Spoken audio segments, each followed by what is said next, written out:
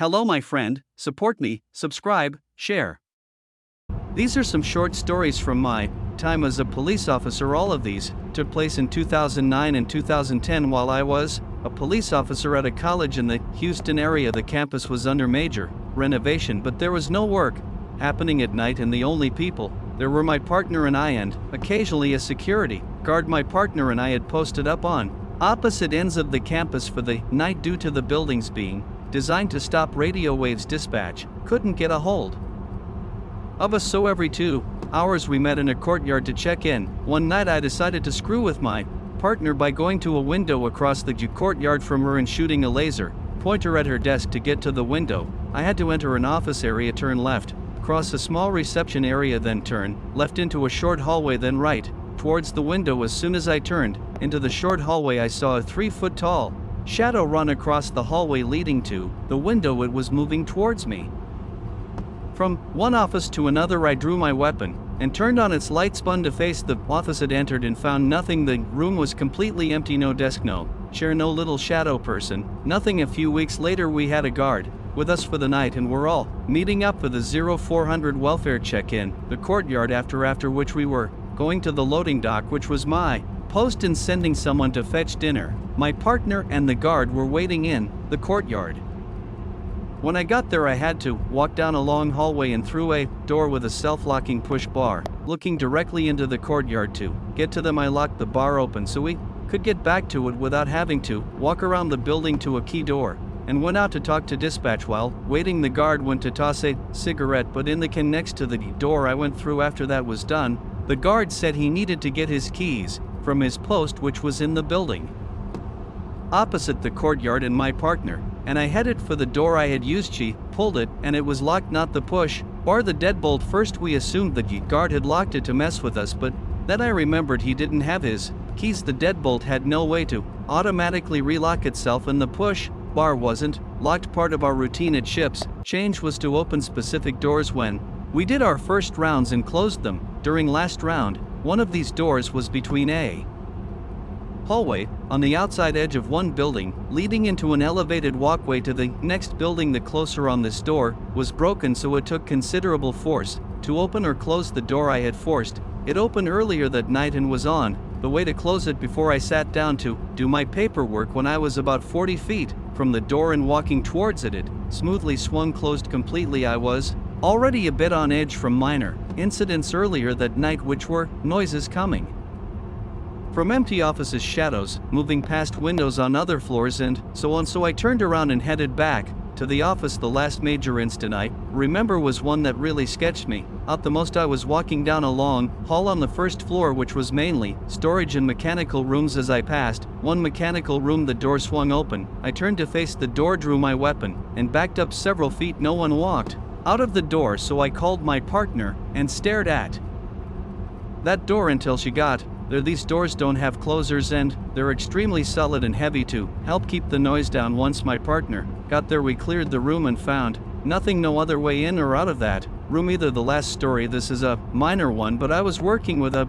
part-time officer on my partner's night off when I saw a white van pull into the parking garage and just vanish. As it went through the first floor, it went behind the structure in the center of the garage and never came out the other side. We cleared the entire garage as no one was supposed to be there at the time, but no trace of it. There were many other incidents, but those are the ones that really stuck with me. I worked as a police officer for a couple of years. I no longer work in law enforcement, but for my 5 years that I did, I had several scary experiences. The first one was when I was still sort of new on the job. I had recently gotten my own police car and was working a lot of overnight shifts. The city that I worked in was generally really quiet. Most of the crime was less serious for the most part. One time I was working overnight, and by now it was probably like 3 o'clock in the morning. I was patrolling my assigned area, and after driving around some quiet roads parked off of one, there was a park that was now closed, but it had a parking lot next to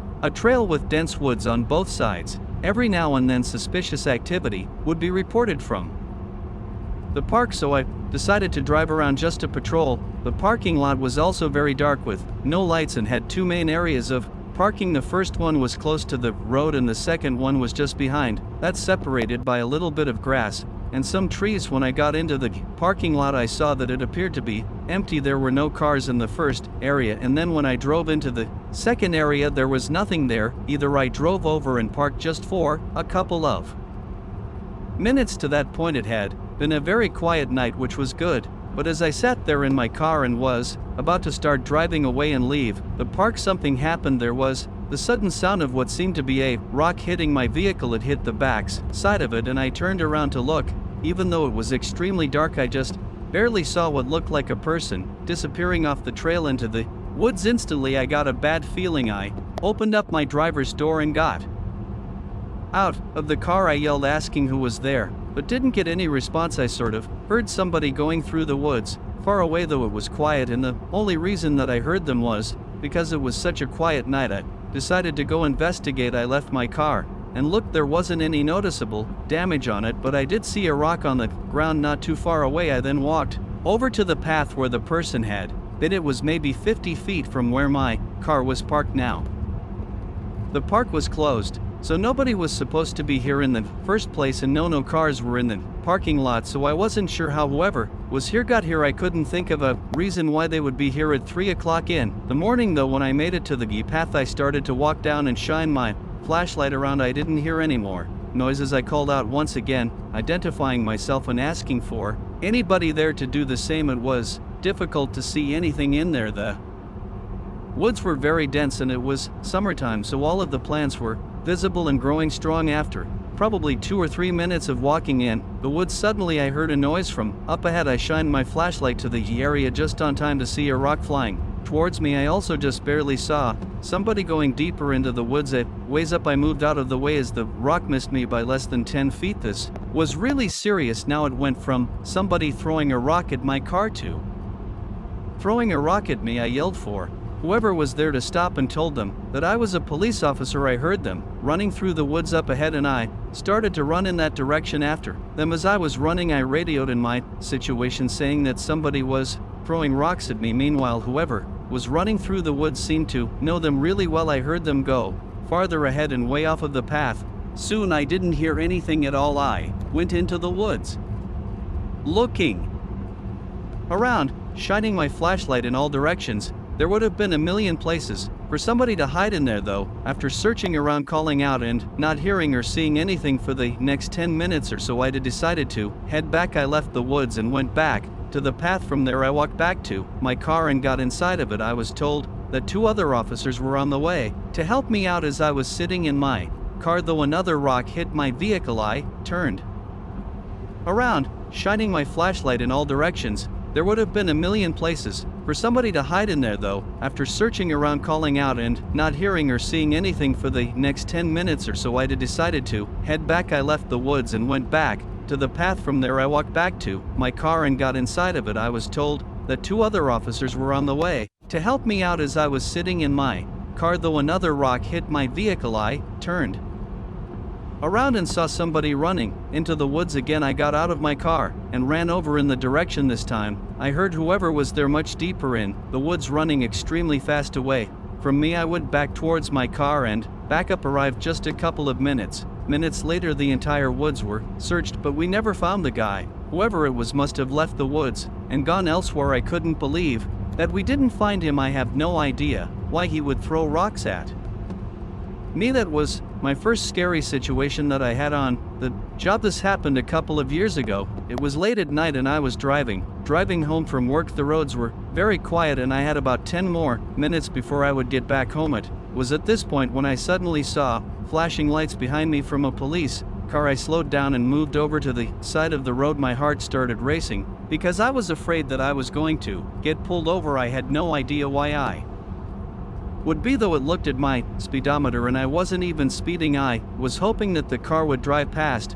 me, but it didn't. When I stopped on the side of the road, the car stopped behind me. I was trying to think of what I did wrong. I knew my tabs were up to date and I thought every part of my car was working properly. The car remained a ways behind me, parked on the side of the road with its lights flashing, but when I looked at it, I realized that this police car appeared to be one of the older kind. It looked like a Ford Crown Victoria, which are not used for many police cars. at all anymore that I'm aware of. I hadn't seen any police cars of that model from around where I lived for many years. Then after maybe a minute I heard the door open and saw a man walk out and approach my car, but right away something seemed off. The man was not wearing a police uniform, he was just wearing a black shirt and black pants as well, and sunglasses and a cap. He walked over along the side of the road to my passenger side window. Then when he got to the window, I rolled it down and he asked me to get out of my car. I was really surprised by this. I asked why and he didn't respond. He just told me once again to get out. I didn't get out though.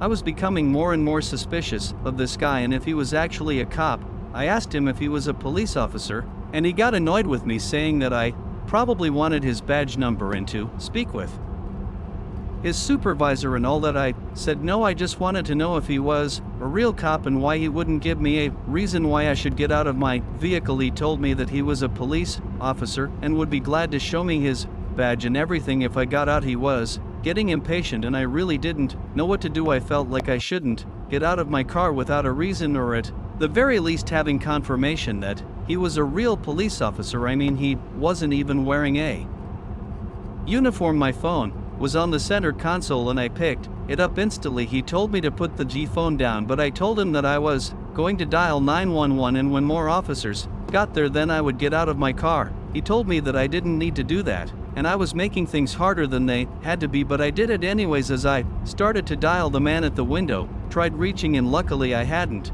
rolled the window all the way down so he couldn't reach in very far. He then banged on my window rapidly several times. Finally, as my call to the police was going through, he backed away. He said something like, "Fine, go ahead, I don't care." The man then started walking back to his car. I talked with the 911 operator about what was going on and I was asked if I wanted an officer to come to my location. I said yes, and just a few seconds later noticed the car behind me turned off its flashing lights. Then the car made a sudden U-turn and took off, driving in the opposite direction. I waited there for a real police officer to arrive, and when they did I told them everything about what had happened. I was told that the man that pulled me over was more than likely a fake police officer. After that I was able to drive home. I feel very lucky to have made it out of that situation and I'm glad that I didn't get out of my car. I don't know what the guy wanted, but I'm glad I don't have to find out for